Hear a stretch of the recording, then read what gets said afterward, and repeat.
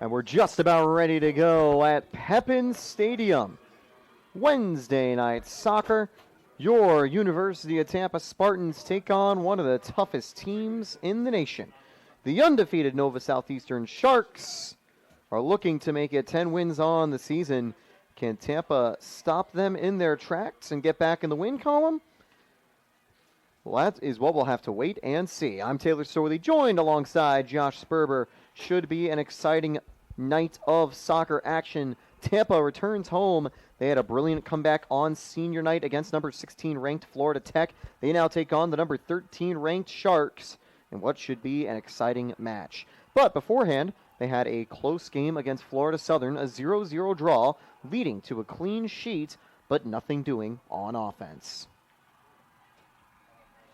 So it should be a pretty good matchup tonight. And Josh, anyone you're really excited to see on the field for the Spartans? I mean, there's so many players that you can choose from. Just a lot of really talented players. But I think Leah Dewan's the person that I'm going to have my eye on, simply because she's the keeper facing a top 15 ranked team. Nova Southeastern, as you mentioned, Taylor, comes in 13th in all of Division II soccer, and the top-ranked team, according to the U.S. Soccer Coaches Poll, in the entire Sunshine State Conference. And in games like that, you know, sometimes it's not always going to be won on the strength of your best scorer, on the legs of your best defender, but just on the resilience of your goalkeeper, because it doesn't matter what team you are. If you're playing a great team like Nova Southeastern, you need a top-notch performance from your goalkeeper. So I've got my eye on the junior Leah Dewan here today. Definitely will be a tough test for Dewan and the Spartans. They are wearing pink for Breast Cancer Awareness Night. Some of our other sports have been doing Dig Pink celebrations on campus too. Women's soccer joining the great cause as well. We'll talk about that a little bit later. Let's start, however, with the starting lineups. For the University of Tampa, they've got Leah Dewan in goal. They've also got the number 2, Jalen Haas, the number 3, Zoe Whidden, the number 5, Lily Nava, the number 7, Jess Brannon, the number 9, Brooke Kittner, the number 10, Sydney Dennis, number 12, Tara McDonald, number 18, Allie Wold, number 21, Lauren Holschauer, and the number 24, Kendall Gooner. Kickoff for the Spartans, and it'll be picked up on the back line by Whidden as Tampa gets underway.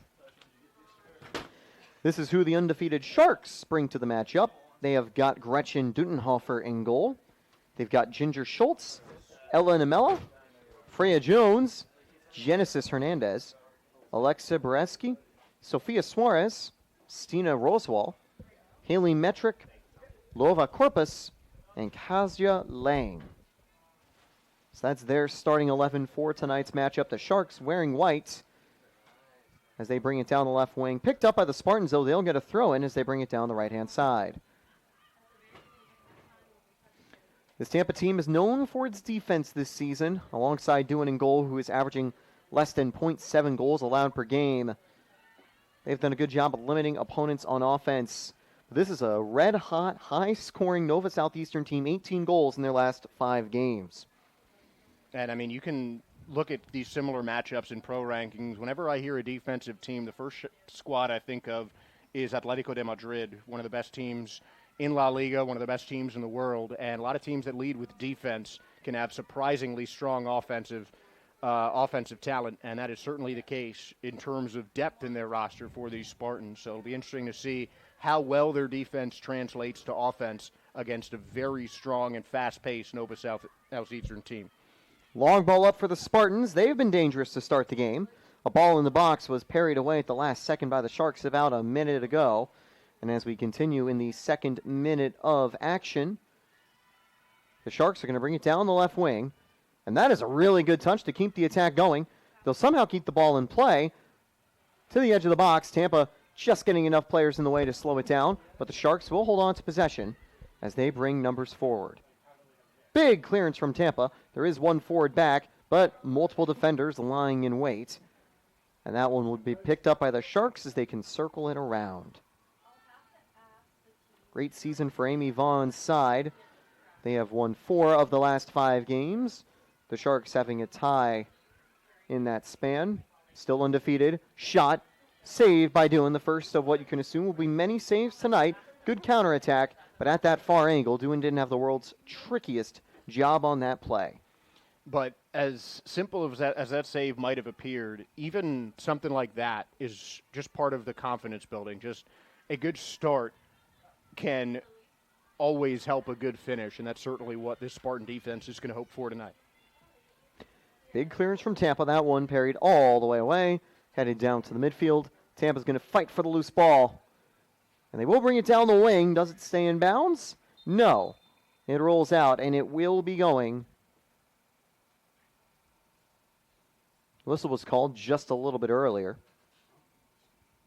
And we are again waiting to see which way the refs are going to actually be pointing, because they never did so when the ball went out. Looks like it'll actually be Tampa holding on to possession. It's good news for the Spartans. Nope, they actually are going to do Nova Southeastern. Yeah, I think looks like you see a player from both teams sort of pleading their case to the referee. Just one of those where it seemed like it could have gone out off of anyone. Tampa pressing the ball, trying to get it loose in a dangerous spot. Great on-ball control from the defender. Shrugs away multiple attackers as that one's going to be brought out wide, and it's picked up by Corpus. Corpus with a through ball forward. Was the attacker onside? Looks like it. Good play by Hernandez. Now takes a turn past Gunnar. Down the wing. Whipped into the box. Headed. Deflected. Offline. Just hit the thigh awkwardly for the forward, who was in a really dangerous spot. The cross hit a defender, but it did not fall the way the Spartans wanted to until it bounced out of bounds. And the defender did a good job of just heading that ball away. But the problem is, which is so difficult on some of those quick clearance headers like you saw Tampa just attempted, is sometimes those deflections can go into a dangerous spot. And it really looked for a second there like that was going to get deflected into the net. Fortunately for the Spartans, it's still 0-0. So that ball curled out of bounds. The referee will give the Sharks a throw-in here. It landed inbounds for the Spartans getting the ball right by the halfway line, but because the clearance was kind of curled to the side, the refs judged that it went out, so they'll get the throw-in a bit further downfield. But Tampa wins it back off the throw. Can they escape the pressure of the Sharks midfield? Haas does a good job against the defense and gets fouled on the play, so Tampa gets a free kick. Would have been a bit of a dangerous spot. I do like the aggression that we're seeing from Nova Southeastern, though. A lot of soccer fans will say that the people who control the team that controls the midfield is often going to control the outcome of the game. And right now, that's what's happening for Nova Southeastern. Their midfielders are absolutely owning the middle of this pitch, and it's one of the reasons that Nova has had such a lot of possession time in the first few minutes of this one. It's always tough to tell what positions people are playing sometimes, because they could be listed one thing on the roster but be in a different spot on the field. And I think a big example of that for you, Tampa, is Lily Nava. She's listed as a forward, but throughout the season, she has been an incredibly skilled right wing back, reminding me a lot almost of a Frimpong-style player who's able to go up and down the wings and be a pretty dangerous attacker at times as well. I'll do another one. It might be a bit different positioning-wise, but during some of his better years with Manchester City, Bernardo Silva was another guy who typically plays anywhere in the central midfield role, but Pep had him switch to left back when they needed him a couple times, and that can be the case sometimes with this Tampa team. You know, it might not have people in the correct national positions for one way or another just intrinsically, but they are just talented athletes and coachable players that can respond to whatever their coach needs them to do. And Aaron Switalski is certainly someone who's known how to get the best out of her players. Now down the right wing, here come the Spartans. That's going to go out, and it should stay with you, Tampa. No, it will not.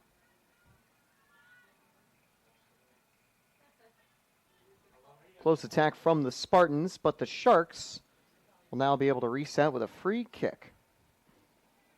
Yeah, it must have been a foul called. I mean, that's one thing that has been consistent about this game, is that we have seen a lot of, body-on-body challenges. I'm not saying the game's getting chippy right now, because it isn't, but it's just a game that you're seeing some physical but safe challenges from both sides that at some point the referee is just going to have to say, hey, you just got to cool down a little bit.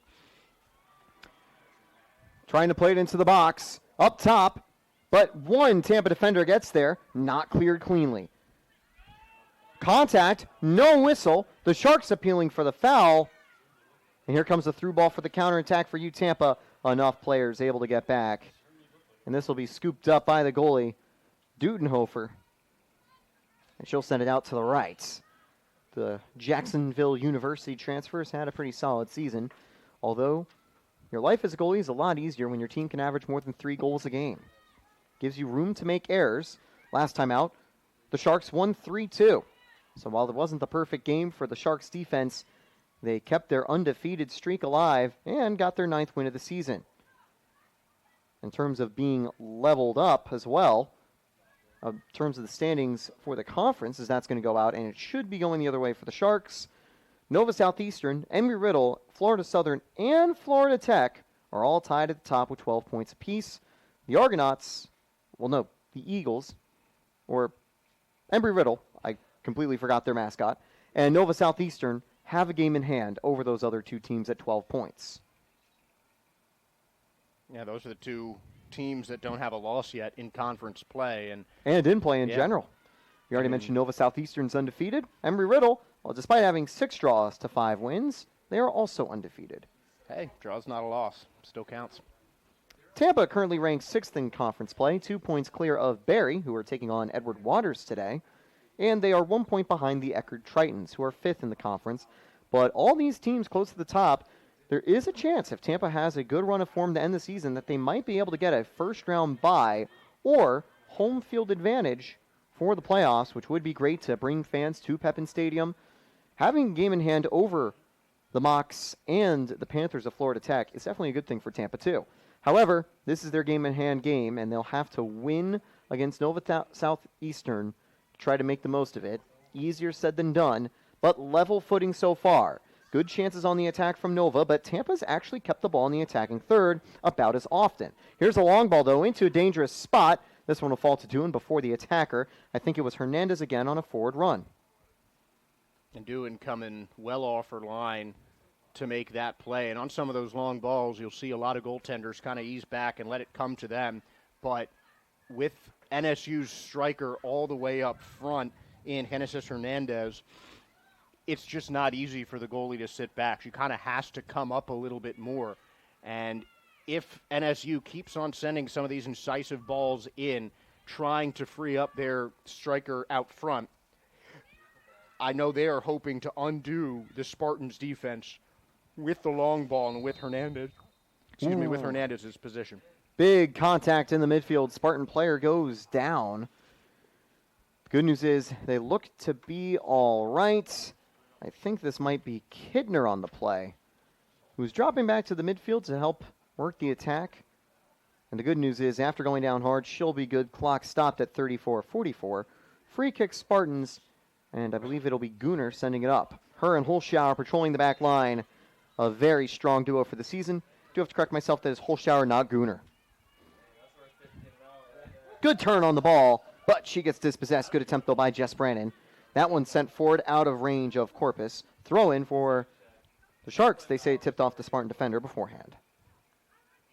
And we've seen from both sides these defenders just very active with their feet, trying to make those tackles. They're just not making, particularly the Spartan defenders, are not keeping these NSU players comfortable when they've got their feet on the ball. That one sent forward, headed away, though. And Tampa again defending the back line. Through ball out wide from Whidden. Played through up top. The intended target, Tara McDonald, who's been leading the line most of the season for the Spartans. She couldn't find it. Now it's going to fall to Suarez in the midfield. Suarez sends it forward. Looking for some space. Good turn by Hernandez. Hernandez somehow holding on to the ball. But now Tampa gets back on top of it. One of the defenders wearing pink, making a big stop. Another quick through ball. McDonald trying to hold it. Good touch by the defender to dispossess her. And the Sharks will slow it down once more. We are 12 minutes through the game. And I like the way that Tampa is organizing their defenses as well. If you play with 4 defenders, it typically means you'll have a fullback on either side. Usually it's the fullbacks that have the freest range of motions among soccer defenders. But when that does happen, when you have some attacking fullbacks that join the offense like we've seen from Tampa thus far, it's important that those center backs stay in shape. And I am not seeing anyone in that center back partnership for the Spartans deviate much from the middle of the park. They'll have to keep up that formation if they want to keep pace with this strong NSU team. The good news as well, Gooner and Holschauer, solid stamina. They go the distance for most of their games with the Spartans, and they'll definitely be given that task tonight. Throwing for the Sharks, they'll be bringing it up from the left-hand side of the field. In the background, you can see the Health and Technology Building as well on campus. It is a Wednesday night. It is a school night. It is a classes night, so anyone with any evening classes could look down at the field and take a look at the action. But Tampa now will get a chance to send it the other way. I couldn't be taking a class right now. I'd be looking out the window watching a game. For sure. Luckily, I'm a few years out of school, though. Ooh, big challenge. No foul called, even though a Spartan player went down hard. Looking for some space at the edge of the box. Played up top. Not enough room for the shot. Big clearance. The door was open a half second for Corpus. So good try for the freshman out of Sweden. But the Tampa counterattack will actually continue. Looked like McDonald was about to lose the ball. It's played out wide now. However, the final pass to Kittner couldn't be found. Tampa will slow it down to Witten. Witten, an audacious through ball. It'll be an easy pickup, though, for Nova Southeastern.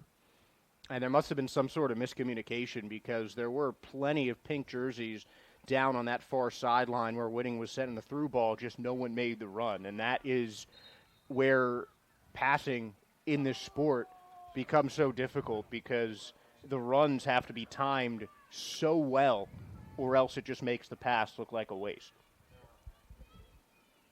An update from Fort Lauderdale. Tampa men's soccer is on the road against Nova Southeastern, and they have taken a 1-0 lead.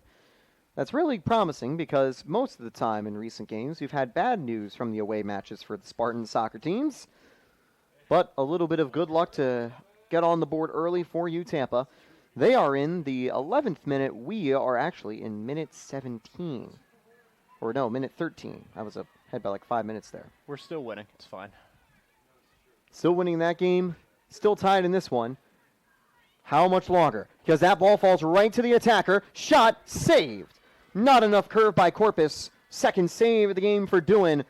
That clearance by the Spartan defender turned into the perfect through ball for the Sharks. Yeah, but that was just a bad missed opportunity for Lova Corpus. I mean, it was one-on-one. There wasn't a defender within a couple yards of her, certainly no one in front of her except the goalie.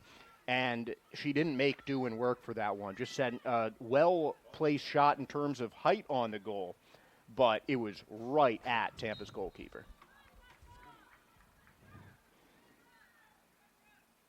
Tampa's putting some good pressure on the Nova defense. They have committed a few fouls when doing so.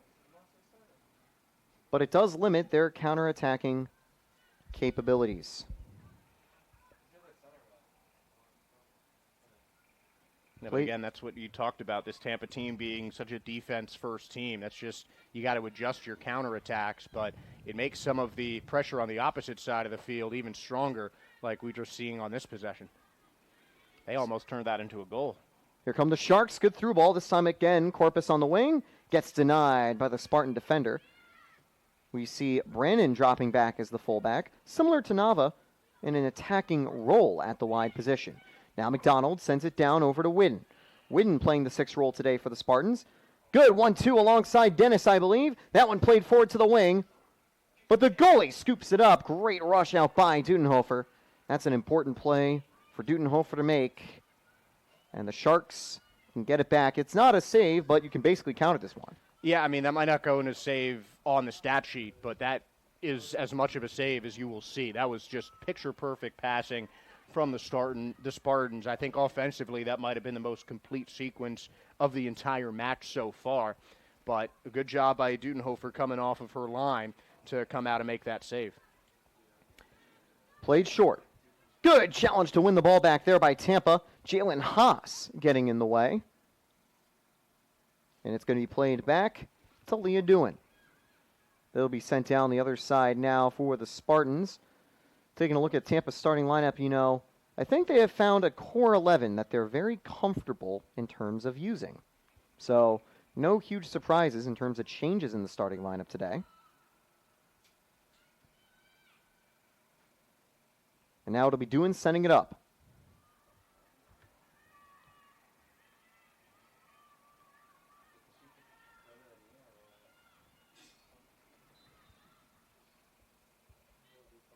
The Sharks will try to build with the Throwman coming up. and they're playing a lot of the game on that left wing. If I'm Tampa, I try to do whatever they can to switch the play. I mean, we've seen Tampa attack from both sides of the pitch, but it seems like every single Nova attack has been coming from that left wing, been coming from that left side partnership for the Sharks. So I think the Spartans should do whatever they can to try and push the play to the other side of the field when Nova's in possession. That was a missed clearance. Nova trying to get at the edge of the box. Tampa finally gets a big kick this time around. And that's going to be sent all the way downfield. The Sharks do get the ball back, but for now, Tampa surviving, playing staunch defense. And that's exactly what Tampa needs to do against such a high-scoring Nova Southeastern offense. I mean, that's exactly how defensive teams win matches against high-level offensive teams. And that's what Tampa needs to do. They need to just play their game, just grind it out defensively. Don't let up much from Nova on the offensive side. Seal their strikers up top. And eventually that's going to frustrate Nova Southeastern into making some mistakes. I mean, that's not saying anything about how talented this team is, because this has certainly been one of the best teams in the Sunshine State Conference this season. But you got to force an offensive team to make mistakes if you're going to be playing from the back, with your defense holding a lot of ball control like these Spartans are. Throwing down the wing. Knocked into space. The Sharks have numbers. Brilliant clearance for the Spartans. Now in the center of the park, Tampa still needs to get out of the danger, and they're unsuccessful. That one poked free by the attackers. I wonder if they were waiting to hear if there was going to be a whistle, but no. The Sharks keep possession. Edge of the box. Bring it inside. Gets a move past the defender. Headed away, blocking the cross. And again, that position for Tampa has been so impressive. Headed away. Scramble for the ball in the box. It'll be a goal kick. They say it last touched the Sharks player in the box. And that header was just off target. By the way, an update from Miami. The Berry Bucks have taken a 1-0 lead over Edward Waters. 25th minute, they have gotten on the board. That is an important matchup to keep track of for the Spartans, even though it's not conference play.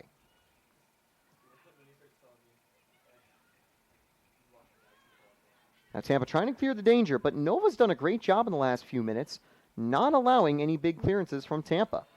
But this one is good for the Spartans. McDonald holds it up. She was onside. The flag, I think, is up, though. Will they whistle the attack? No, it is not. I got confused by a different thing from the sideline. Tampa down the wing. They've got numbers forward. Do they have room for the cross? Cuts it back. Blocked. Multiple Sharks players get in the way. That's going to go out of bounds.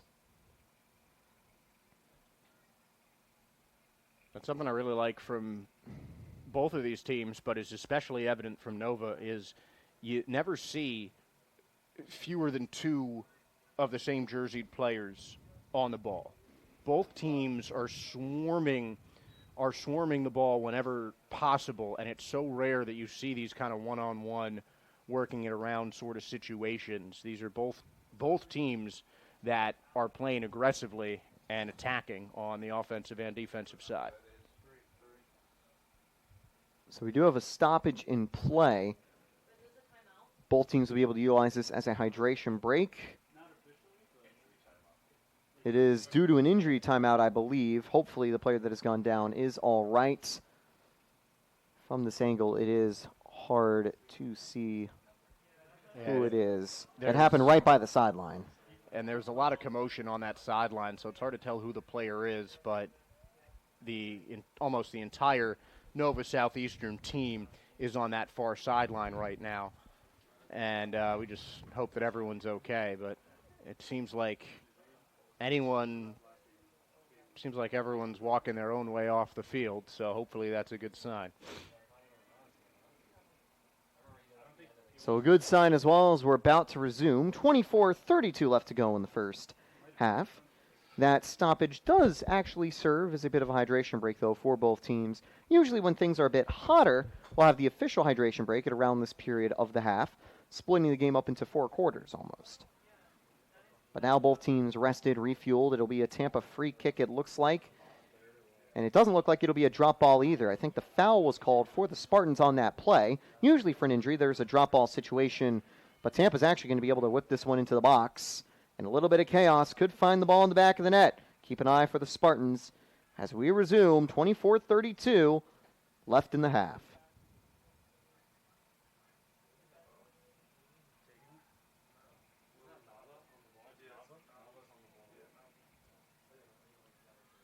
So it'll be Nava, looks like, on the free kick.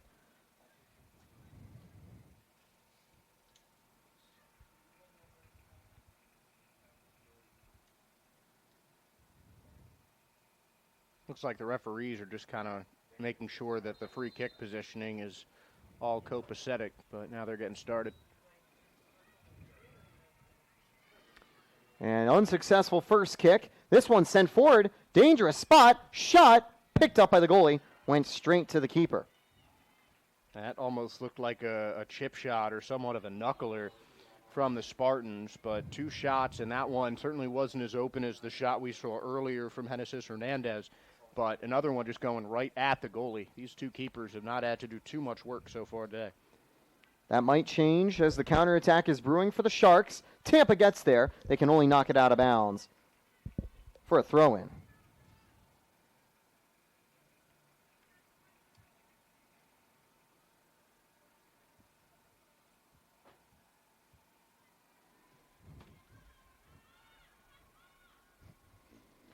Now down the line, played back to the goalie. Good defense from Nova Southeastern.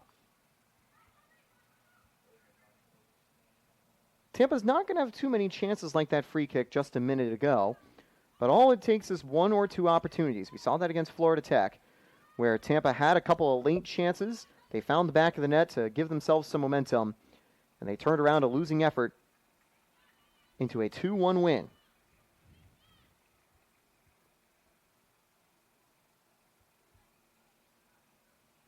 Tampa now bringing it up from the back as well.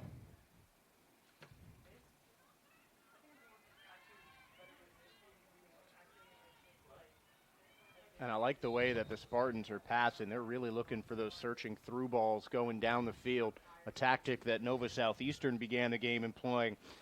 Just, it seems like the Tampa tries to make a little bit of those shorter passes when they try and pick out those runs coming in the attacking third. And now bringing it up, here come the Sharks. Good touch to dispossess the defender. Brandon couldn't get in front of it. Crossed into the box. Falls in front of the defender. Still in goal. Poked and scores. What an attack. Sparked by Corpus and converted with some good touches in the box. I think that was Genesis Hernandez who got on the other end of that, but you're absolutely right there, Taylor.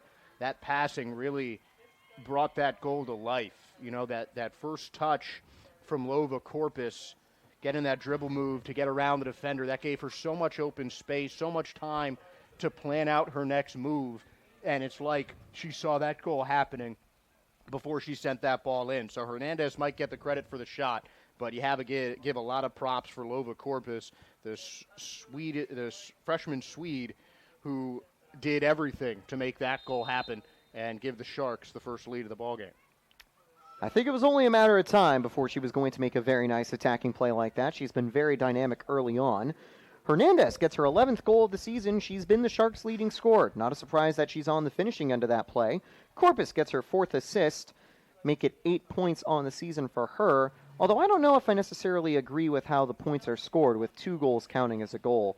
I usually prefer goal contribution or goal assist as a combined stat, where an assist and goal is treated equally. Yeah. Which So it should be, honestly. Corpus would have 6 points in that system. Still, really good freshman season, though, and a really good start to the game as the Sharks take the early lead. We were talking before the game on the before the broadcast began, and Josh, you prophesized a 1-1 finale. I did. Now So, Tampa just needs to score. As long as the Sharks don't get back on the board, there is a chance of that happening. And Tampa does have plenty of time to try to get back in the fight. They are putting pressure on the ball, but it's Corpus with a good touch again. Sends it forward, right to the defender. Big clearance. Just going to be a little bit too far from McDonald. And right as she was about to head it to her teammate, Kittner moved away from the ball. Physical contact. Good flexibility by Hernandez to stay on her feet. but Tampa's defense will bring it all the way back.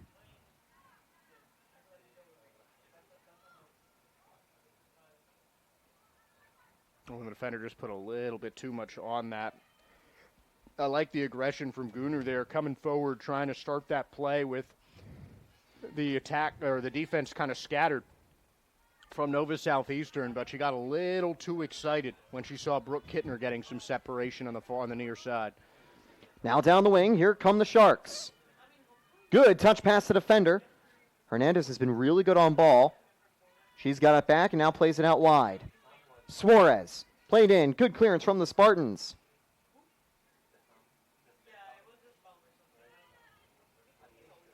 And we've seen some heavy feet from Tampa in these past couple possessions.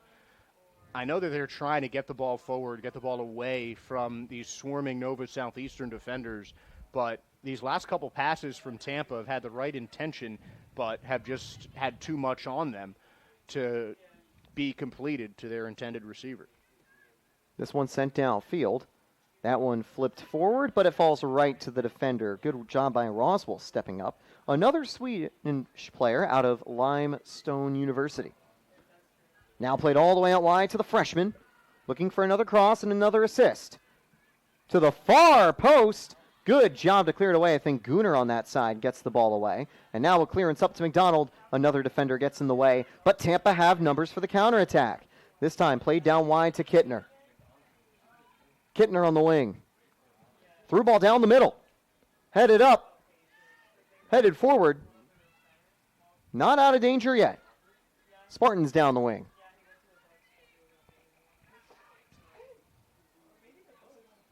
Whidden back forward. Her through ball just lands a little bit short. But Tampa pick it back up in a dangerous spot. Sharks really struggling to get it out of danger. And the Sharks' seemingly lack of ability to clear is not helping, but you love to see the aggression from Tampa coming after the goal. All the way into the box. Duttenhofer got on top of it. If that was a little bit higher, Duttenhofer would have had to make a leaping save, but it just lands in her arms to get under that missed cross. We've seen some long-range efforts go in for the Spartans and other teams before. Could have been dangerous. Really tough angle to do so, too. Free kick now for Tampa. They'll be able to send it back down as well.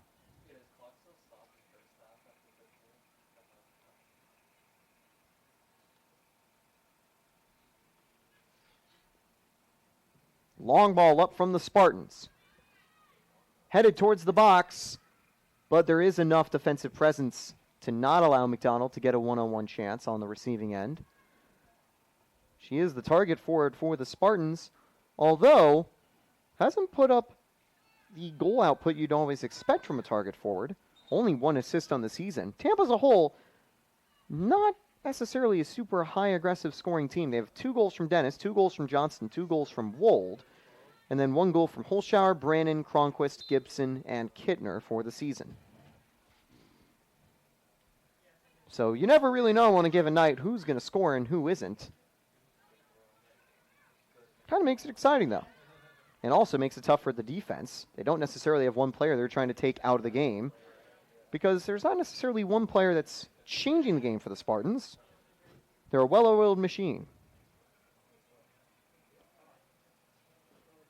Now from the back line, the Sharks have it again. 17 minutes left in the half, and the Sharks off of that goal from Hernandez lead 1-0. Hernandez, Corpus, looking to play a 1-2. Is she onside? If so, it's dangerous. Yes. Hit across. Blocked by the defender. Corpus, edge of the box. And we'll play it back out wide. It's Suarez.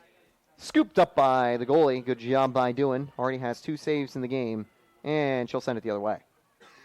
And Dewan's playing a bit higher than normal on her line in the net for reasons like we just saw. The last couple of minutes especially, Nova has sent a lot of crosses into the box, and Dewan has adjusted her position accordingly to try and stop another cross that led to a goal, like the one that made it 1-0.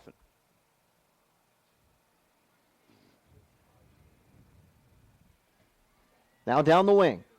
Hit across. Edge of the box. Cleared away again. Great defense by the Sharks. And here come the Spartans.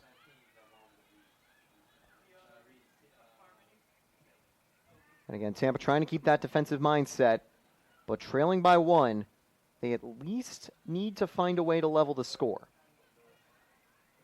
And again, it is a tall task, taking on one of the best teams in the nation.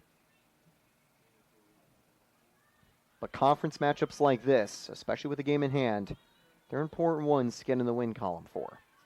Should note for the Barry game, they are playing out of conference tonight, so it will help their regional and national rankings, so a 2-0 lead they currently have. But it won't help their conference rankings. And Tampa started the year with a gauntlet of conference play back in September. That's why they picked up a handful of losses to close out the month. But since then, exclusively in the win or tie column. Really good October so far. But the Sharks have drawn first blood. You know what they say when there's blood in the water and you've got Sharks. Corpus, through ball, perfectly played again. Cuts across past Brandon. Dispossessed at the last second. Good job by Brandon on defense. Her clearance, though, sent towards the box. Headed away. Picked up by the Sharks attacker, looking for some space. Gets a shot off over the bar, goal kick. And that's great defense on that sequence by the Spartans, starting with Brandon, just mirroring the attacker step for step, but staying far enough in front that a cross would have been sent right back at Corpus, because you could tell that Lova Corpus was trying to send that cross in, and then the center back on the far side there doing something very similar, just bodying up on the defender, making themselves large, and not allowing anything inside the 18-yard box on that last possession. Good physical challenge by Roswell that time around. The senior out of Enköping, Sweden, will make a throw-in, and that pass forward out of bounds, just missing Sofia Suarez. Taking a look at the international representation for the Sharks team, a lot of players out of Sweden, especially in the starting lineup. You know, you start with Maja Isaksson, the junior out of Jönköping, Sweden. They've got Ella Nemella, Emma Selden coming off the bench as a forward. You've got Stina Roswall, Lova Corpus, who already has an assist, and Kajsa Lang, who's done a good job in defense. Kajsa Lang and the rest of her team doing a good job on defense as they'll now bring it back up the field, trying to preserve their 1-0 lead. As we reach the final 13 minutes of the half, though, who can get any late chances? A late goal is huge for the momentum to take into halftime. It'll be a throw-in going the other way for the Spartans.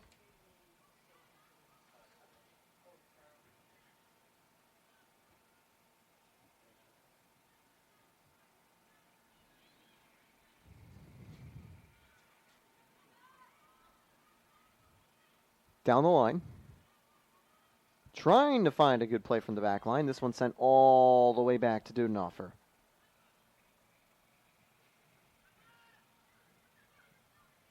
Tampa is waiting for an error to really give them a high percentage chance. But thanks to touches like that from Suarez, that is not going to come easily.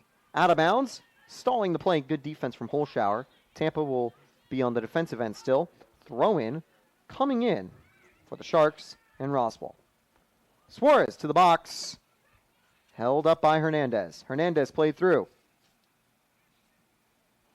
Played out wide. Played forwards, deflects hard off the attacker.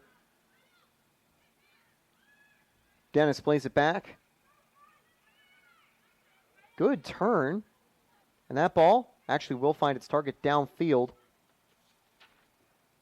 To Kaylee Gibson, a fresh set of legs on the field for the Spartans, making one of their first changes of the game. This is around the point of the first half where we start to see more substitutions. And keep in mind, when you get substituted in the first half, you have to take a break until the second. Second half, you can go in and out interchangeably. So it'll be Nova's 17, sending it in. Tampa 17, putting pressure on.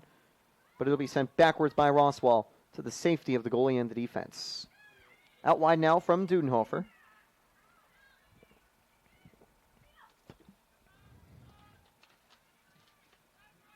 I love the extra pressure that we've been seeing from Tampa all game long. they've made clearances for Nova Southeastern so difficult because there's always a couple attackers pressing the goalie, trying to get on the ball and trying to force a mistake deep in their own territory, or deep in enemy territory, I should say. So I think this, if the Spartans keep this aggression up, eventually it's going to pay off. Throw in now coming up for the Spartans. I didn't hear a whistle, so I imagine it's a toss instead of a free kick. When you're closer to goal, sometimes a deep throw-in can kind of serve the same purpose.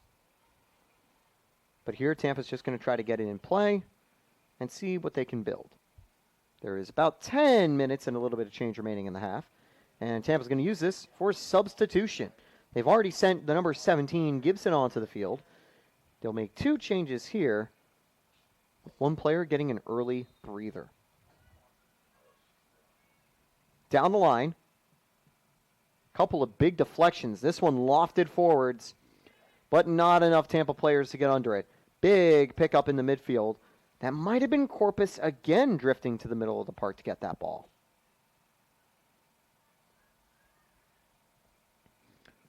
Big clearance. The loose ball was about to fall to a Spartan, but it's going to be sent all the way back for Tampa. Brannon down the left wing.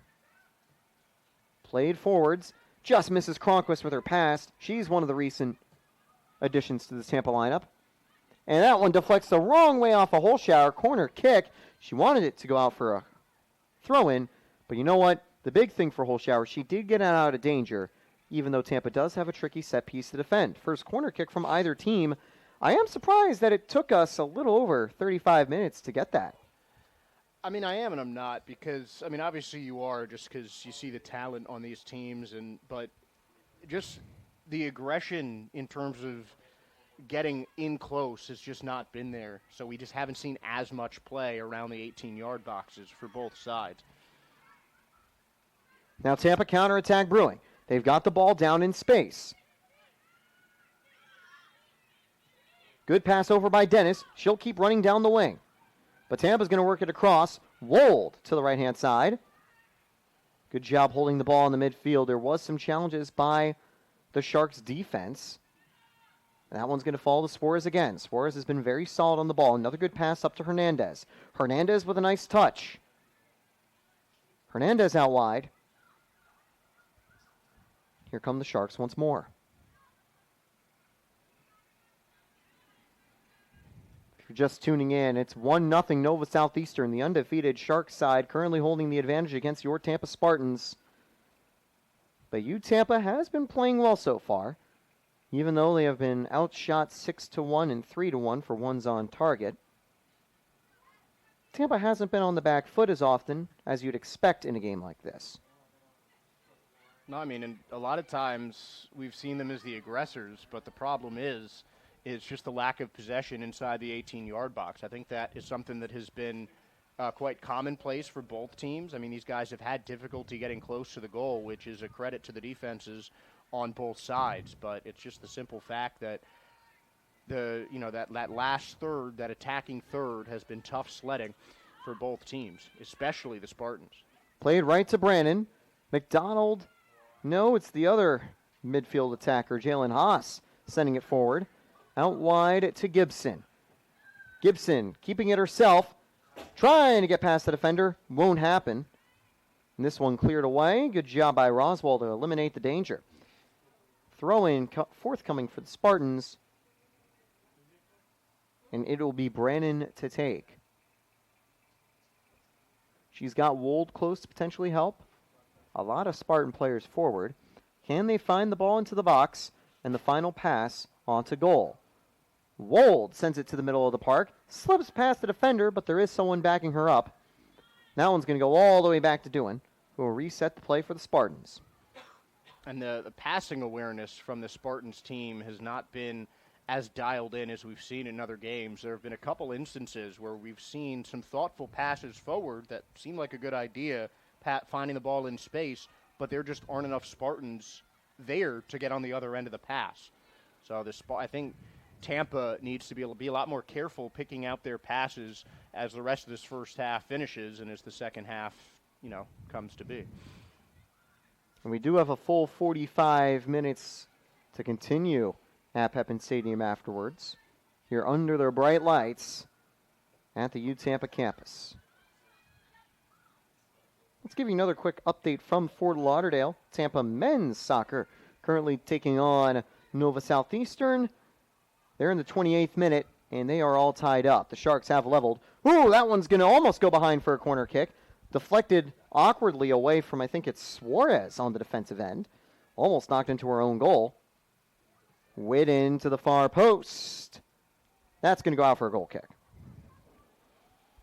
Actually, it will be saved from going out of bounds by Duttenhofer, but she'll pick it up, so when she punts it down the field, it's going to essentially be a goal kick, not an actual goal kick, if you will. Yeah, close enough. 5 minutes remain.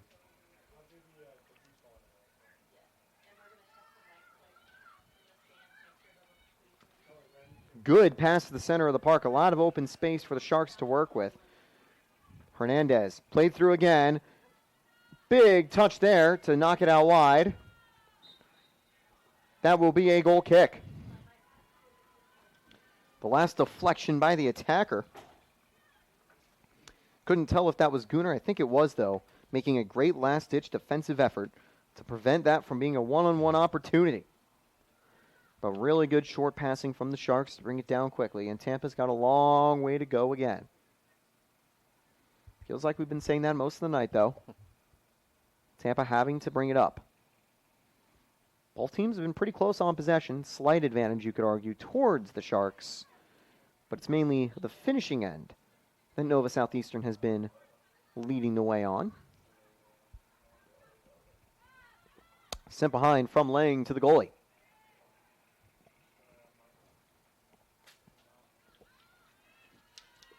Play going down the other direction.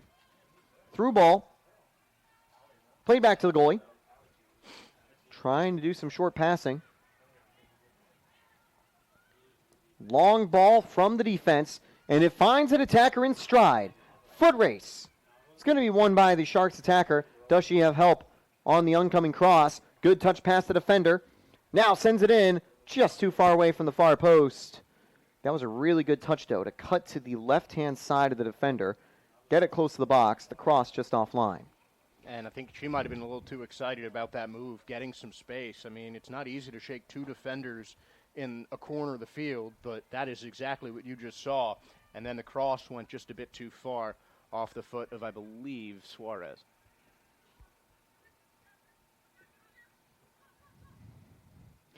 Here's a through ball. Trying to deflect it. Knocked back to the goalie. And without being able to pick it up, Duttenhofer sends it downfield. That one's going to fall to the Spartan back line. Holschauer will send it back to the goalie. No, she'll keep it herself. Looked like one of the plays where she would normally send it back over to Dewan. But not a lot of pressure from the Sharks. You can kind of see their defense right now. They've got 4 players defending. Multiple midfielders kind of dropping back and closing in. That through ball had a good idea. There was a good run forward by Wold, but it's blocked before it gets there. And now the Sharks will have to evade the Tampa press again. Cleared away. Picked up in the midfield almost by the Spartans. Headed back and forth out to the left-hand side. Here come the Sharks. Out of bounds, and it will be last touched by Nova Southeastern. Throw-in coming up for Tampa. But first, a late substitution, I believe.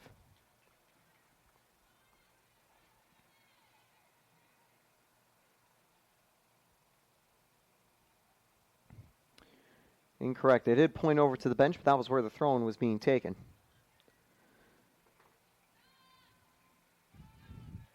The Sharks, again, playing it out from the back. Tampa ought to get aggressive, though, within the final 2 minutes. An equalizer here would be huge for the Spartans. A second goal from Nova, equally as important. Good ball up. What a pass by Suarez. Trying to connect on the 1-2 again. Hernandez gets blocked. The defender just putting pressure on her to prevent her from finding a teammate. And now this time Nova brings it out wide. Another pass over to the corner. Lofted into the box. Heavy touch. Kicked up. Tampa barely unable to get under it. Suarez from distance, offline, goal kick. Close one, though.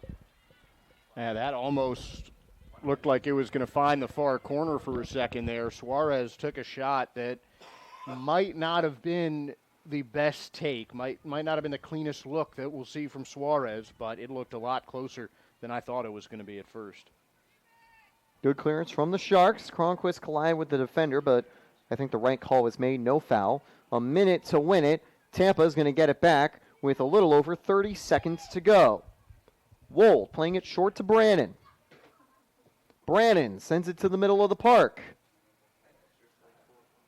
Headed forwards, headed left. Sharks will slow things down again. Good challenge from Tampa. They'll take it the other direction. However, with the ball still in the midfield, unless this attack leads to an immediate shot on goal, we'll stay 1-0. Last kick. Well wide. And that's the half. So, a great attack on a counter from the Sharks opens the door for you, Tampa. Exactly what opens the door for Nova Southeastern. Exactly what the Tampa Spartans didn't want. Hernandez and Corpus combined to keep the 13th ranked team ahead. We'll be back in 15 minutes' time to close out the game here at Pepin Stadium. Still time for the Spartans to respond.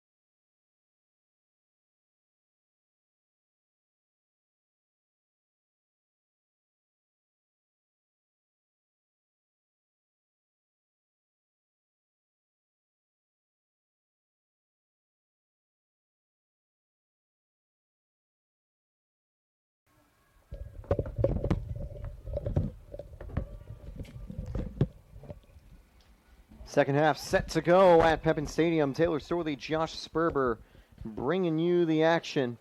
It's the breast cancer awareness game for the University of Tampa. And one thing that's active throughout Pepin Stadium tonight for the Spartans is posters on the walls written by some of the players talking about who they play for in terms of Breast Cancer Awareness Month. For some of the players, it's their family members, people who have maybe been afflicted with breast cancer and have either recovered or are battling it as well. And other just members, their family and friends they hold dear. So pretty cool gesture. If you're at the stadium, you can see the signs up. Not sure how long they'll stay up after the game, but would be cool if they do remain up, so you can stop by if you're a student in the area and check things out. It'll be the Sharks bringing the ball downfield with a throw-in to start the brand new half. They'll be going from right to left on the attack this time around. Tampa from left to right. Of course, the pink jerseys the Spartans are wearing part of Breast Cancer Awareness Night as well. And while we're on the subject, just wanted to give a late shout out to my late cousin Judy, who passed away from breast cancer about 20 years ago. We know this is something that affects every single one of us in the booth here and to you guys watching at home as well. So to those that are going through it right now, that are fighting, that have fought, our hearts are with you here at the University of Tampa. Throwing now from the Sharks. And yeah, I mean, especially cases like that, and for my own family as well, I've had a lot of family members that have battled through breast cancer in the past. I think I'm definitely on the lucky end because I have a lot of survivors from my side of the family as well from breast cancer. But it's definitely something that I know so many Americans and people just worldwide too can deal with. So I really do love whenever Tampa can bring out the pink jerseys for these events. Or conversely, when we're on the road and visitors pull out pink jerseys. Good scoop by Doohan getting to the ball on the cross. And now Tampa can send it the other way. Tampa sends it downfield to the middle of the park. They do need to find the back of the net if they'd like to stay unbeaten for the month of October. It's currently 1-0 Sharks. Down the wing. One of the first times we've been able to see Nava up close, given that she was attacking on the opposite side of the field in the first half. That's a really nice through ball. One-on-one for Hernandez. Doohan stays in the net. Hernandez moves across. Last-ditch defending does slow her down. And it will be played out wide now to Namela. Played to the box. And there is a scramble for the ball in the midfield. Cronquist sends it over. Lofted to Dennis, and it'll go the other way. And that was a really good recovery on defense by the Spartans there. It was one of their center backs. And I believe that it was Kendall Gooner who just came back and closed down that near post for Hernandez at the last second, likely stopping a goal, definitely stopping a nice chance for these Sharks. Great stuff from Gooner on that play. Her and Holschauer should be back for the Spartans next season. Gooner a junior, Holschauer a sophomore. And again, they have been the set and forget center back pairing for Tampa. Great performances all season long. Now the Sharks are trying to find a way to get through them and the Tampa defense. However, they got to get the ball out of their half before doing so.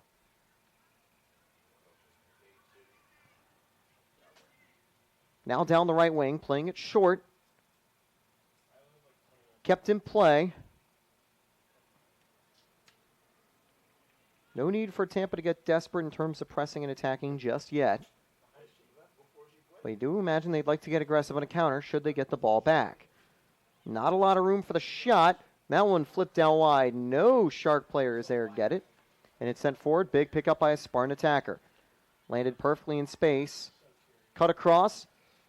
Deflected in the midfield. Scramble. Player goes down. Picked up by Hernandez. Through again. Tampa's going to be able to watch that one go wide. Will they force it out for a corner? They'll force it out wide, and they actually do keep it in play. Heavy touch, throwing Sharks. That's still smart from Tampa. I mean, as you said, Taylor, that ball was not too far away from turning into a corner kick. But the Spartans' defense able to kind of bunch up by the sideline and make sure they kept that ball not just in front of the out-of-bounds line for as long as possible, but in front of that corner flag to avoid giving Nova Southeastern the lead already another good chance on net.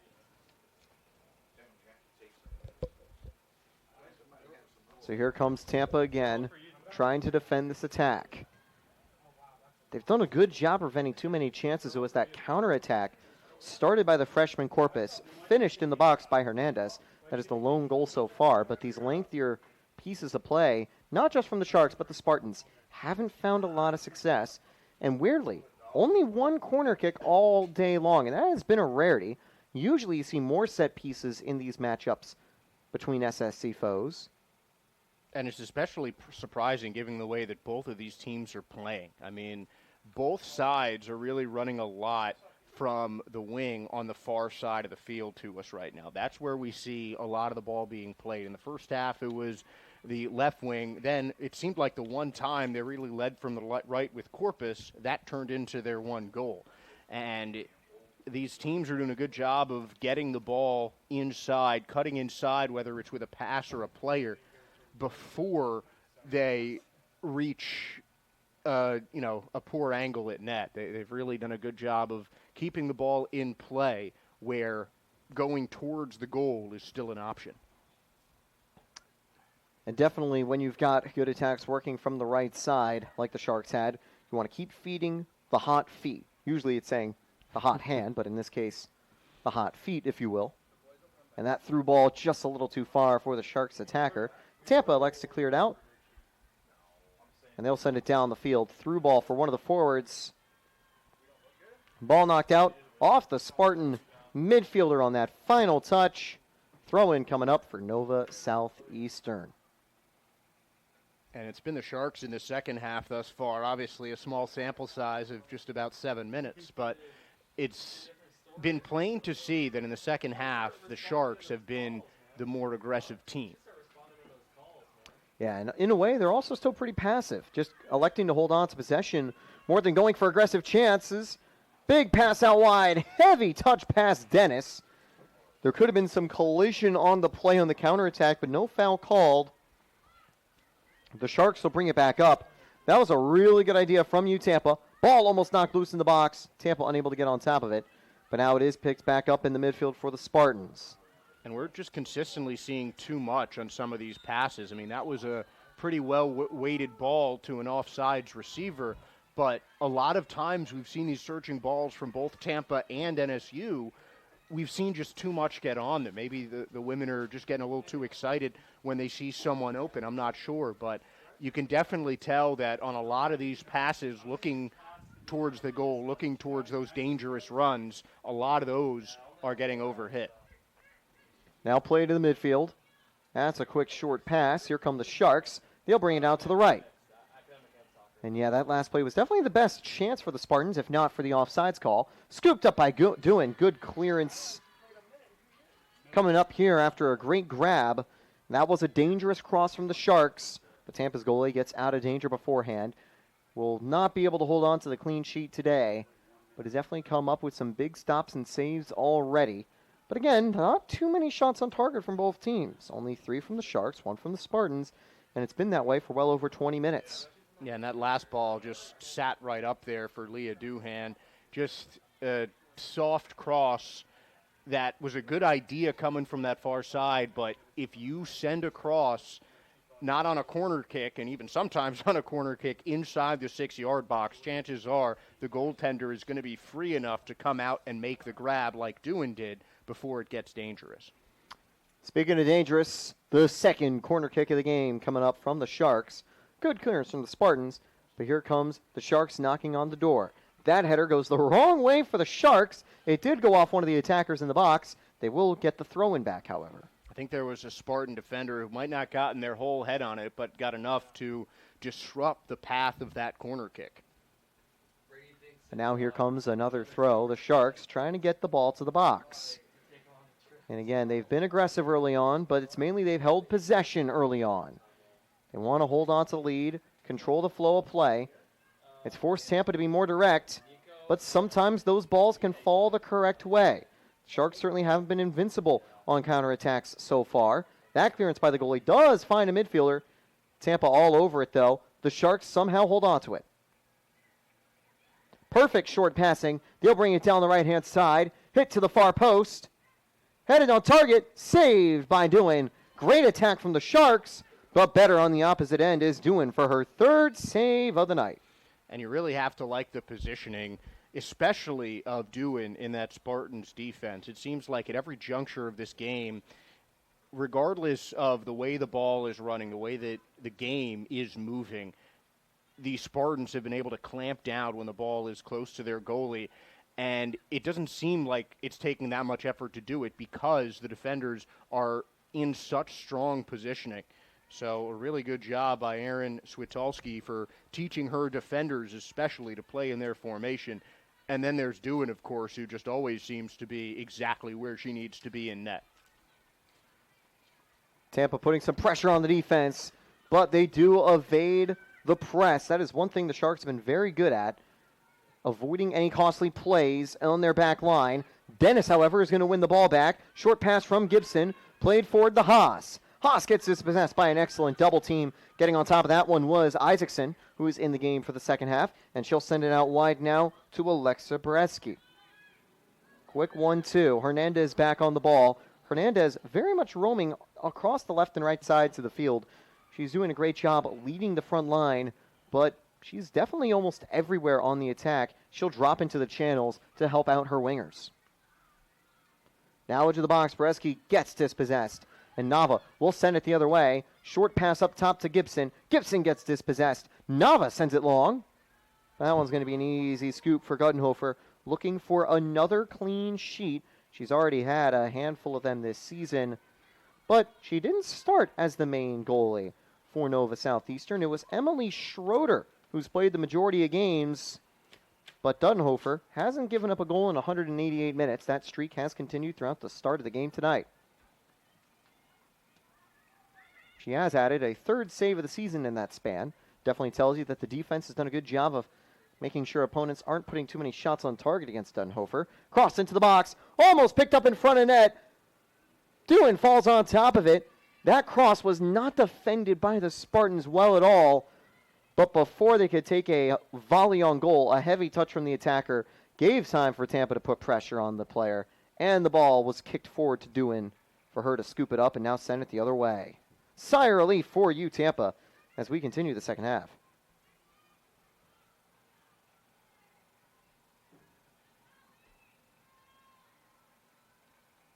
Sharks down the wing. Played across. Again, holding on to the ball. And again, looking dangerous on the attack. 12 minutes into the second half. Bresky, edge of the box. Whipped in. Cleared away. That one went right to a Spartan center back. And that touch a little bit heavy. Haas is going to send it down the wing. Returned by Gibson. But it's going to go out before she can get it. The defender, Namella, stayed in front of her as well. Good play to dispossess Suarez. Now on the ball, Isaacson battling the midfielder. Haas will send it through. Great turn by Gibson. Played back over to Gibson. Knocked towards goal. And while Guttenhofer won't be able to pick up the ball, she will be able to clear it away. Gets that pass through two pressing attackers. And here come the Sharks. And that was one of the smoother clearances for NSU, but the few times that we've seen errors in their games have been on clearances. So I think the Spartans in the second half should really focus on clamping down when NSU is clearing the ball, just ramping up the pressure and trying to force a mistake, because it's already been a couple times that the Spartans have gotten some chances coming off of a costly NSU turnover. Headed behind. That was a tough angle to get a header off of, but not a bad through ball. Tampa will make a attacking substitution, and it will be a goal kick for the Spartans to go the other way. 31 minutes to play. And again, same as it has been for well over 20 minutes now. 1-0 in favor of Nova Southeastern. The Sharks winning would bring them to a 4-win and 3-tie conference record. 15 points, which would keep them comfortably in first and also give them double digits in the win column for the season. That includes out of conference play, as that one is going to go out for a goal kick. A Tampa loss would level their overall record to 5-4-2. I give them a 3-3-1 conference record. But those 3 conference wins have been huge for you, Tampa, as they are pretty much comfortably in line for a playoff appearance, as long as they don't necessarily have a late season collapse. But the good news is this is one of their tougher games remaining in the season. Barry, Eckerd, and St. Leo await, and apart from the Tritons, both Barry and St. Leo are a little bit further down the order in the standings for the Spartans. So you'd hope that Tampa can take 6 points from those ties. They'll keep playing on. No handball call. Tampa down the right wing. They've got numbers. Haas, cross, blocked. Big stop by the tall defender. It's Kaisa Lang, 5'11", the tallest player on the field for the Sharks. Also taller than all Spartans players, including 2 of the 5'10" goalies. Now it's Suarez out wide. Suarez to the far post. No one's there. The Sharks do keep it in play, but it takes so many long touches, more Tampa defenders can get back to defend this next cross. To the far post. Suarez falls on the ball, and she'll get dispossessed because she slips. Long ball down the field, and it's scooped up once again by the tall center back. And having height always makes you a threat on set pieces as well, so definitely a good thing that Tampa hasn't had to worry about too many crosses, where Kaisa could be on the attacking end. Trying to turn, trying to find that ball. Here's it slofted forward, falls behind everyone. No handball called. One of the attackers for the Sharks in disbelief. And that touch also off a Nova Shark attacker. So it'll be a goal kick for the Spartans.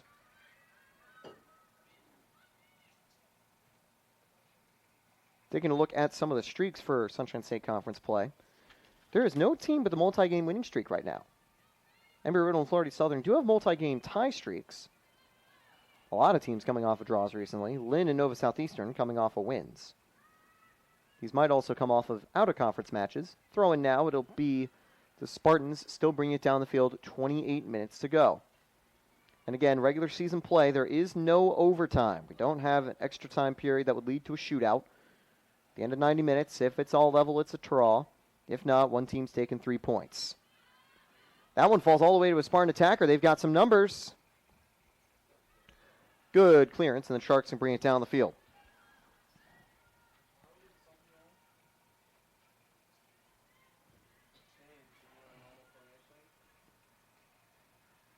No whistle, and it will stay with Nova, and I think it went behind for a corner kick, although we will see a couple changes right before it's taken.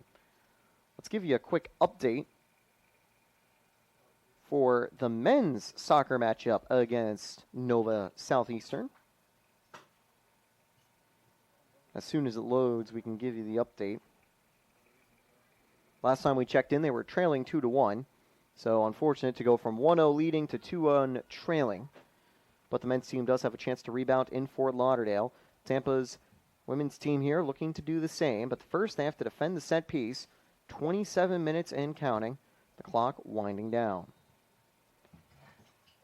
A trip to Florida Southern awaits the Sharks for Saturday. Well, actually, Sharks will be coming to town to Fort Lauderdale before they take on Palm Beach and Embry-Riddle to close out conference and regular season play. And once the month of October is over, we'll then be moving on to tournament play for the Sunshine State Conference. Played out wide, close to the box, deflected right back to the goalie. Phew. Sigh of relief for the Spartans. That clearance almost turned into an own goal, but Dewan gets in front of it. And it'll go the other direction.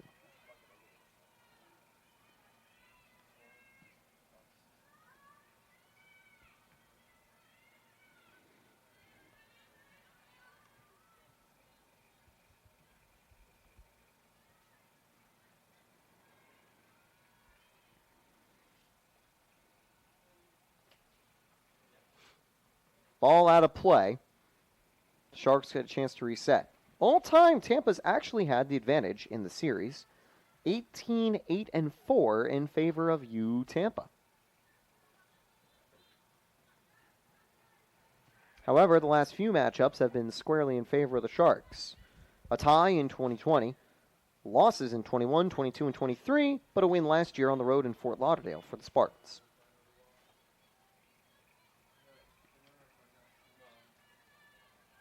The two teams haven't had any postseason matchups recently, but both teams not too far away in terms of the seeding, although Tampa, I think, would have to fall to the bottom seed for a trip to take on the team that is currently a favorite to finish for the top seed for conference play for the conference tournament. Tampa playing it out wide. They'll continue the counterattack. 25 minutes to go in the half. This is where we had the injury break back in the first half. Almost worked out as a hydration break. Down the wing, out of bounds. It'll go the other way. And another good idea, but another pass just going a little bit too far, and that has been really just the sum of the game for Tampa. I mean, they've had the right ideas. They've had a couple of chances here and there, but it just seems like there's something missing from their game tonight. Will they be able to find it? They've still got time to do so as we continue SSC play from Pepin Stadium.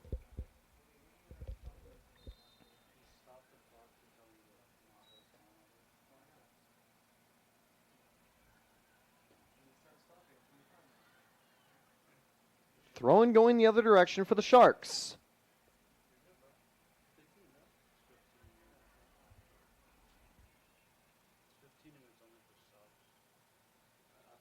Good sliding challenge. Ball gets dispossessed. Haas on the ball. Good touch to her teammate. Here comes a counterattack from Tampa. Good idea on the through ball. Goes into the box. It's going to go behind for a goal kick. Gibson, the intended target on the play. And you got to give credit to Nova Southeastern on that one. You've seen a lot of these kind of plays where the Spartans have had a nice idea, seen a sliver of space, and tried to make the pass through it. But again, these Shark defenders are just matching Tampa's attack step for step.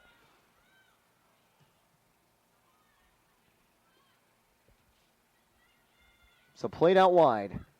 Lifted upwards. Taking a look at the stat line, you can definitely tell the Sharks are playing like a top 10 team in the nation. They are, of course, 13th from the most recent weekly polls. But that could change by the time next week rolls around as well. They were previously ranked 11th in the nation, actually falling back from their most recent tie. But as you mentioned earlier on the broadcast, Josh, they are the top-ranked team for the conference and, for now, in the region, too, which is big once we hit postseason play. Obviously, SSC teams usually rank top of the region, but there can always be other teams from other regions kind of poking their heads in and doing good as well. There's two teams from the SSC in the top 25 in the nation. Embry-Riddle joins Nova in that group. Embry-Riddle has the lowest win total of any top 25 team. That's because they are invincible with 5 wins and 6 ties.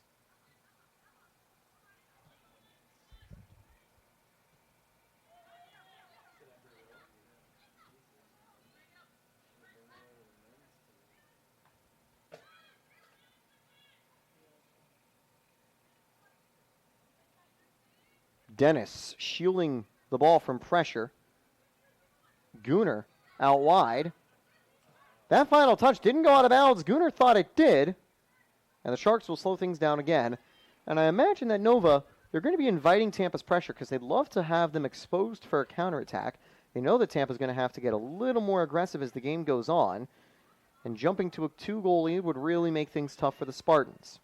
And at the same time, I imagine that NSU is going to continue playing a slower game than normal, which is certainly against what we saw in the first half and potentially could be advantageous towards Tampa, because you can see that the Spartans are trying to slow this game down and really try and get those clinical link-ups to pass the ball forward and forward, but it just hasn't been so far today for the Spartans. But we see Nova Southeastern just taking a lot more time, being a lot more critical when it comes to making their decisions and their plays. There is a player waiting over by the bench for Nova Southeastern. They are going to be making an upcoming change. But for now, they've got the ball at the edge of the box. Hit forward, looking for the cross. Blocked. Corner kick coming for the Sharks. And the corner kicks have been not exactly a huge difference, considering that no goals have been scored off of corner kicks just yet, but it's been very telling of where the momentum in this game is. And you can see it on the scoreboard. Nova Southeastern out in front, but this is going to be their third corner of the night, and still with almost 20 minutes left in the game, Tampa still has not attempted a corner kick. Headed away. Good defense from the Spartans. This one lofted back into the box. Doohan makes a leaping catch. Good job to get to that ball, and it'll go the other direction. The substitute coming in was Genesis Hernandez. And definitely think, Josh, that Tampa would like to get those set pieces because that is a very good opportunity to score, especially when the Sharks have been defending so well. You get to send the ball into the box. A couple of random deflections could allow them to tie the game. They just have to get the ball downfield and force an error out of the Sharks' defense, which they have not seemed very keen on doing. Yeah, we've seen a pretty airtight game from Nova Southeastern, and so if Tampa is banking on a Nova error to win this game, they're going to be in trouble. Down the wing, here come the Spartans. That one takes a weird touch away from the attacker. Tampa will stay on the ball right by their bench. Now going the other way, the Sharks back on the ball. But Tampa dispossesses them, and they'll bring it back to their back line. Pass to the midfield. Good defense, knocking over the defender. Counterattack, Suarez. Through ball. Two Spartan defenders do stay in front of it, but the attacker gets there. Doohan makes a last-ditch save. She was running out to help her teammates. Good thing she did, because the attacker somehow got the ball through the defense for the Spartans. And Doohan forces that out for a corner kick. Now, I was always a much more passive goalie when I played, but that is one of those moments where you need a sweeper keeper. Doohan coming off her line is what stopped that goal. Without that, it's 2-0 Nova Southeastern. Really smart play by Leah Doohan. Back during my play, I was a pretty passive bench warmer. Now this one, a low cross into the box. I think bench warmer definitely goes down as an underrated position. That's what they have on my Little League card. This one's going to go all the way back to the goalie.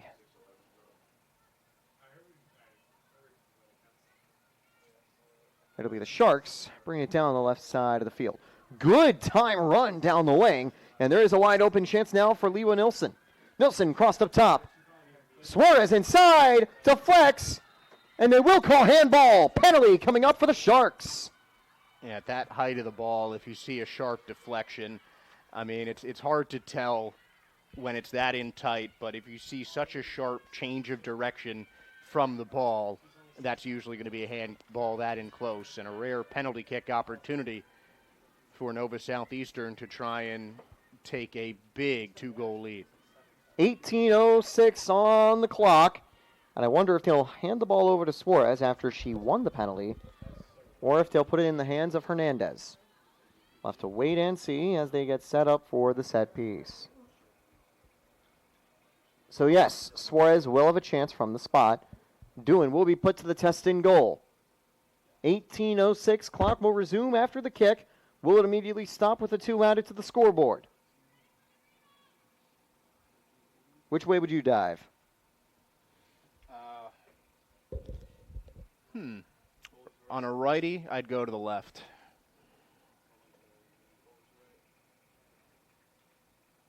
So we'll see which side Suarez shoots. Josh predicts that Doohan should dive to her left, which would be the right for Suarez. Guesses right, but can't get in front of it. Powerful strike, 2-0 Nova. And you know, that's just a well-taken penalty. Yeah, I don't think there are too many goalies on this earth that can make that save, Taylor. I mean, just a hard ball right into the corner, well-driven, easy goal for Nova Southeastern, and that is a dagger to the heart of the Spartans. That is goal number 9 for Suarez on the season, her second time converting from the spot. The second time the Sharks have gotten a penalty this season. Suarez had the other one and also converted it, so 2 for 2 this season, Suarez, with now 9 goals on the season. And now Tampa trails by 2, but there is a saying, a friend of mine, Till Newman, always would mention, a 2-goal lead is one of the most dangerous ones in sports. So Tampa has a chance with 18 minutes to go, but things are looking good for Nova Southeastern.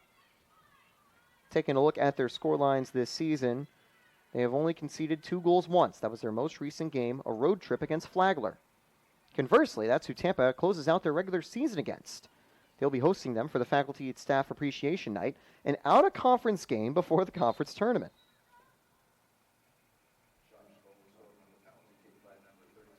Apart from that, Nova's only conceded 1 goal or 0 goals throughout the season. Suarez makes it 2-0, but Tampa now trying to build the attack, unsuccessful. Play to the back line for the Sharks.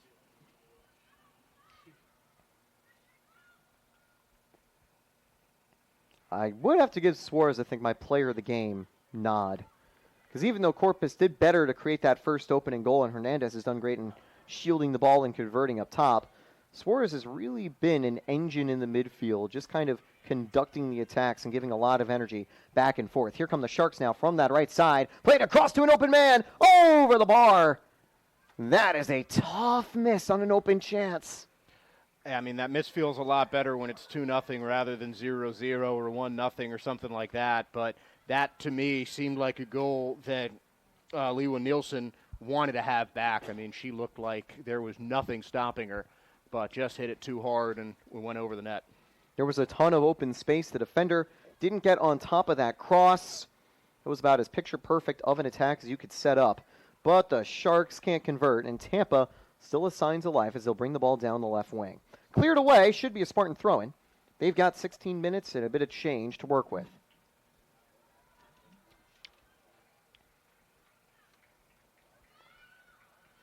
There are 2 more homestands for the Spartans in the regular season. They are on October 29th and November 5th. Both of them Wednesdays. We hope to see you at Pepin Stadium. Always great to see the Spartans in action. The men's team will have a couple of games as well. Do stay tuned for those matchups again. A night at Pepin Stadium, always a good time, especially with the postseason right around the corner. And both our teams knocking on the door, looking to find a way inside. Now ball being fought for at the edge of the box, played up top. Good on-ball control. Now turned, but cleared away. That one hit off a Tampa attacker. Bad news for the Spartans. It'll go back for the Sharks.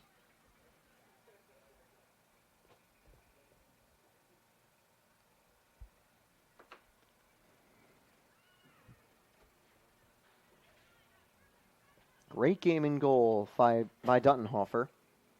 But again, hasn't really been put to the test by the Spartans. They haven't found too many of those final touches. The problem hasn't been getting the ball upfield. It's just been converting in the final third, and that's always, I think, the question for teams, because it's easy to bring the ball down the field. Relatively so. But it's finding the pass to open space and a shot that can usually be tricky. What a touch. Headed into space. The foot race, apparently won by the Shark attacker, to the edge of the box. Played all the way across and into the net. Goal from an awkward angle. But offsides, I think, is the call. Sigh relief for the Spartans. Yeah, that was Nielsen, I think, on the other end of that pass. And it wasn't by much, but you could definitely tell that she was ahead of the touchline. That's a good call by the referee that fortunately saved the Spartans a likely insurmountable 3-goal lead with 15 minutes remaining. Yeah, taking a look at the goal lines for the Spartans this season. 3 goals would certainly be insurmountable. Tampa actually hasn't conceded 3 as a team all season long. But whenever they've conceded 2, they've also been on the losing effort. Funny enough, 2 of their 2-0 defeats came against ranked opponents in West Florida and Embry-Riddle.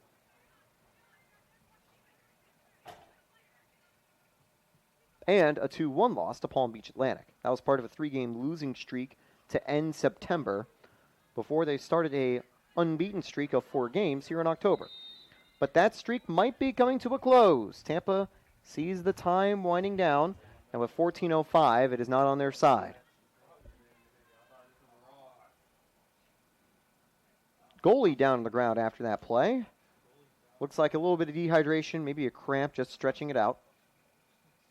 Always important to remember hydration on a night like this. It is cooler this time of the year, but you know, if you get dehydrated, might lead to some injuries or tightness. And both teams will actually use this opportunity kind of as a hydration break. The Sharks doing it more, Tampa players talking amongst themselves. And I honestly have liked the fact that they've not always, but a lot of the times in like summer matches, like at the last World Cups, for example, they had hydration breaks in the hotter areas built into it. And even now, when it's not the normal, 90 plus, 100 plus degree Florida weather, I still think it's an important part of the game because it helps prevent cramps, which is, such a simple injury that can take anyone out of a game seemingly at any time. It helps that a little bit. It helps the players stay a little bit more fresh, and drinking water is never a bad thing. So honestly, I think it's something that should at least stay in the college game, and maybe even make hydration breaks a full-on part of the game in other professional leagues. I think it's a guarantee that at least for the upcoming World Cup, we'll probably see plenty of hydration breaks as well coming next summer in the United States, Canada, and Mexico. Definitely a lot of questions to be had about the upcoming World Cup, but should definitely be an exciting time, especially because there's the most teams qualifying for the World Cup ever. More representatives from continental groups like Africa and Asia. I'm pretty sure South Africa's making a return to the World Cup. Wonder if we'll get the Vuvuzelas back in full force again. I'd like to see it. I'd love to see it. That was one of the first World Cups I was able to watch. This one now played to the box. Tampa gets a late clearance. It'll be a throw and going the other way. I do wonder how many of the current group of college players remember that 2010 World Cup. That's a scary thought. As I'm kind of on the edge of that college generation. You're a tiny bit older than that. Just a little. So, we'll now get set for a brand new throw-in. In possession will be the Sharks.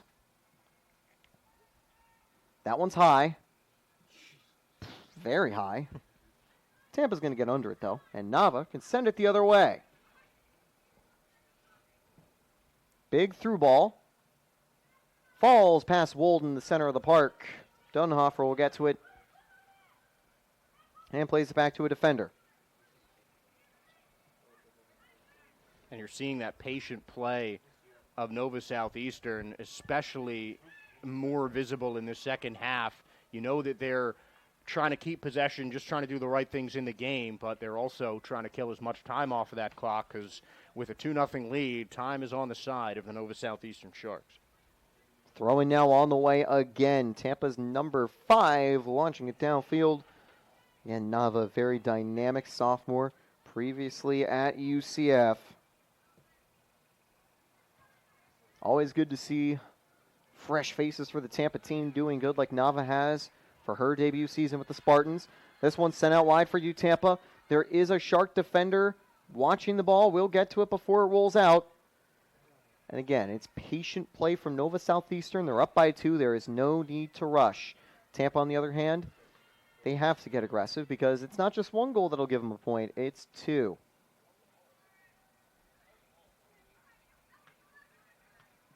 Big clearance for the Spartans. But as more time goes on, it looks more likely that Nova will be able to escape a trip to Pepin Stadium with a win. The Sharks still beating the men's team on the road in Fort Lauderdale. Still 2-1 scoreline there, as it has been for about 40 minutes or so. The men will also be back in town, I believe, this weekend. They take on the Barrie Bucks, I believe. That'll be a 6 p.m. Saturday game. Saturday night, partially under the lights. Depends how quickly sunset comes. Played back now to the goalie once more. Whenever the Sharks have scored twice, they've ended up in the win column. Their ties have only come off of 1-1 score lines, and exclusively 1-1 score lines as well. From the corner, played into the box. More Tampa defenders get there to clear it away, though. That is going to go out off the touch. Couple of changes getting prepped. 10:25 to go. Tampa making some subs. That'll keep the clock running. This late into the game with 15 minutes to go, if Nova were making subs as the winning team, the clock would get stopped. But the time will keep ticking down for the Spartans as they resume play. You're watching Wednesday night action at Pepin Stadium. Taylor Sorley, Josh Sperber on the call. And here come the Sharks on a counterattack. Sharks out wide. They've got a couple numbers forward. Whipped in.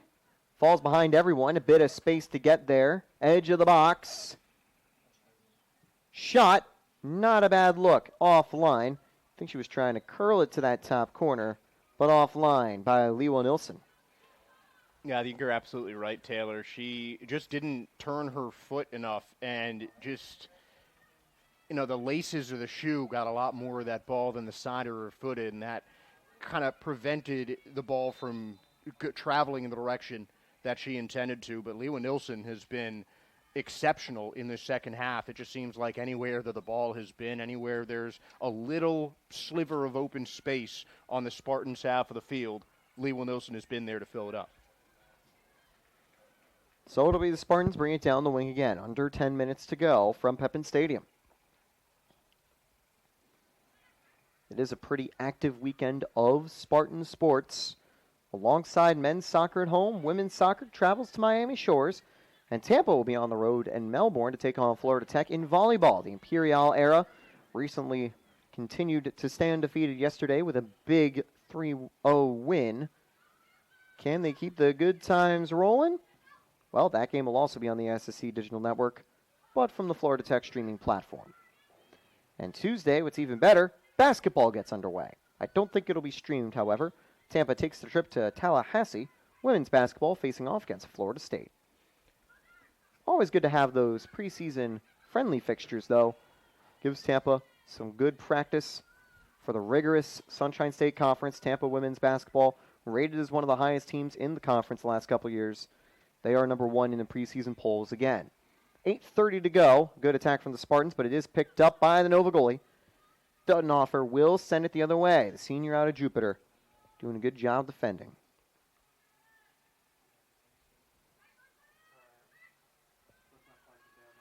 And we're not seeing that pressure from Tampa here. I understand that tends to get kind of muted on goal kicks, but you're under 10 minutes in the game and are still looking for your first goal down by 2. I honestly expected a lot more aggressive defense from Tampa in the second half.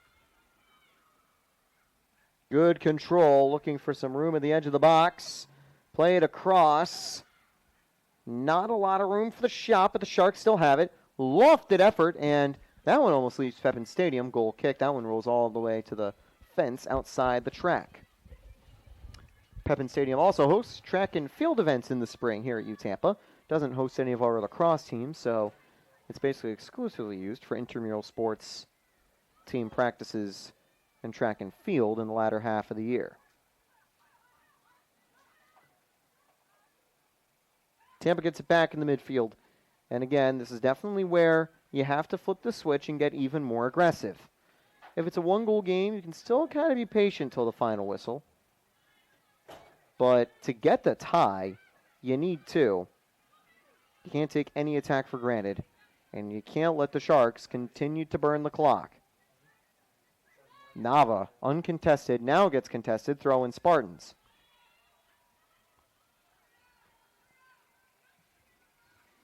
Update from Barry University. The Bucks still beating Edward Waters 2-1. The Sharks beat Edward Waters in the start of October in a 5-0 win.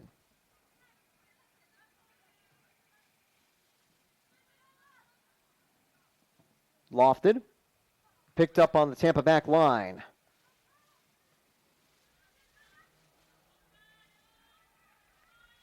Quick passing. Back to the goalie.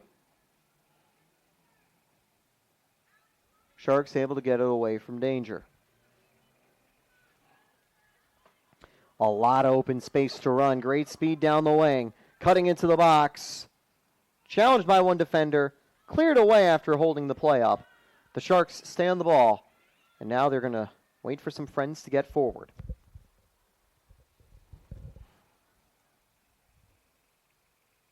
Out of bounds. We'll stay with the Sharks. You imagine they'll keep it by the sideline. They do have a change getting ready. Clock is stopped. Change is made. You'd have to assume that exiting for the final time is the number 6 of Isaacson. You won't imagine that a player leaving now would get a chance to go back on. Down at the corner. Nova shielding the ball. an effective time-wasting tactic. It will be a throw-in now for the Sharks, as it didn't deflect out for a corner, but rather a throw-in.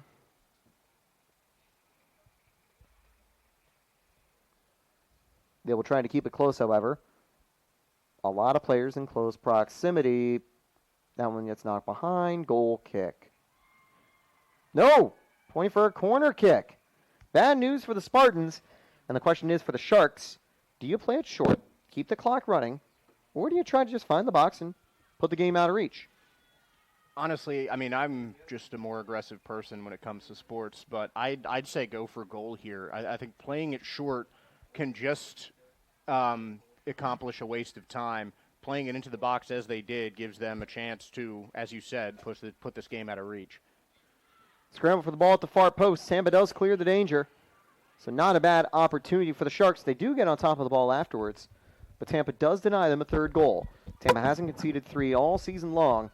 That has remained the case tonight thanks to some really strong saves from Tampa's goalie. Doing with some big plays once again, but she could be in line for her second loss of the season as a goalie. The other 2 losses came from the brief appearances by Scarpo. Scarpo did pick up plenty of saves in her outings, but against 2 of the top teams in the nation, she picked up almost double-digit saves in both games and multiple goals conceded. That'll go out, and who gets that final touch? Spartans finally get the goal kick. Under 4 minutes to go. By the way, doing 5 saves on the night. Solid effort. Yeah, I mean, it's not like she was caught out of position or something on those goals. You know, she got almost about as close as you can get to saving the penalty kick and just got beat by a great pass and shot combination on that first goal. I mean, doing for someone who's allowed 2 goals is really having an outstanding game in net. Now keep in mind, it was the penalty that was converted on the second goal as well. Doing dive the right direction, Suarez hit it cleanly away. Long throw from the Sharks, 3 minutes remain.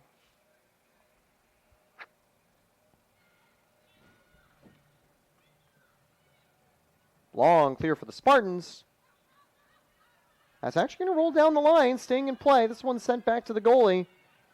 That could be the breakthrough Tampa's looking for, as they do now have the ball in the attacking position. It's felt like Tampa's really not been able to get this for 5 minutes or so, and now Tampa might be knocking on the door late. They'll get a late throw in. Here come the Spartans, but they lose the ball again.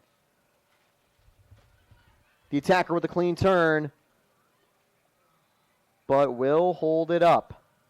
Didn't have a lot of players helping her on the counter, so elects now to just bring it down the line. And that is painful for Tampa as it gets down to the corner once more. Knocked out, throw in for the Sharks. No changes from either team here. They would just continue to waste the time if they were making changes, so the starting with the current 11 for both teams will close out the match. And unless there is a miracle for Tampa, their undefeated October will come to a close on the 22nd, with Nova improving to 10 wins.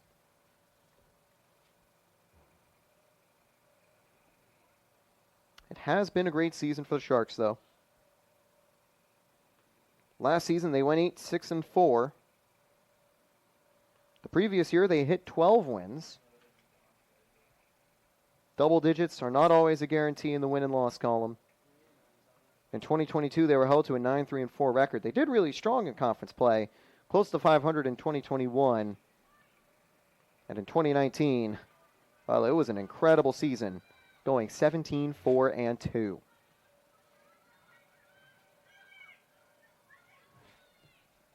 Hit towards goal. Picked up by the goalie.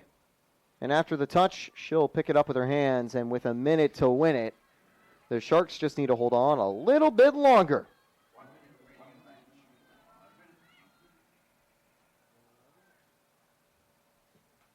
Big ball from Dunhofer. Played down to the midfield. Suarez out to the right. The Sharks with numbers. Down the line again. That is exactly what they needed as they get it into space. Knocked loose by the Spartans, but it goes out for a Sharks throw-in.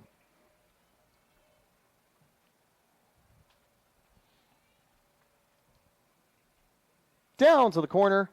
They actually keep it in play. Good pickup by the attacker. Dribbling into the box. They'll like to play it up top, however.